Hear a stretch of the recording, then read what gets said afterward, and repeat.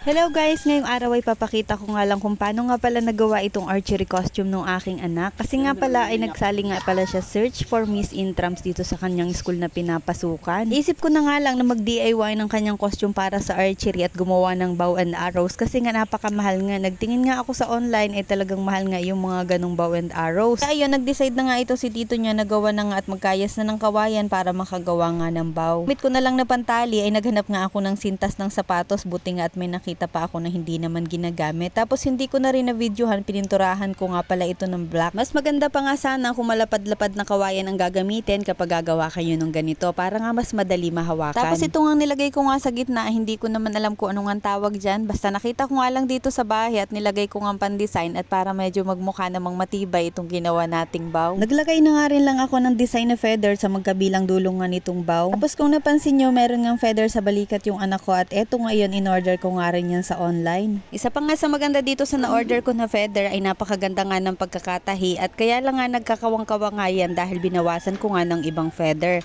para nga ilagay doon sa costume ng kanyang kapartner. Pero dahil maganda nga ang pagkakatahi kahit nga nabawasan ay hindi naman siya nagtatanggal-tanggal yung mga katabi. At napakadali lang din suotin dahil nga meron siyang sobrang pantali sa likod na magsusuot. So ayun lang ang gusto kong i-share sa inyo for today's video. Thank you for watching!